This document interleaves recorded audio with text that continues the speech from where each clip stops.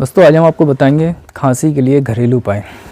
पानी में 3 चम्मच बारीक कटा अदरक और 1 चम्मच सूखा पुदीना डालकर उबालें। ठंडा होने के बाद इसमें शहद मिलाएं। अब इस मिश्रण को रोज़ 1 चम्मच करके पिएं। कुछ दिनों तक ऐसा करने से आपकी खांसी की समस्या दूर हो जाएगी। वीडियो कैसे लगी तो कमेंट बॉक्स में ज़रूर बताएं और चैनल को सब्सक्राइब ज़रूर करें। Thank you.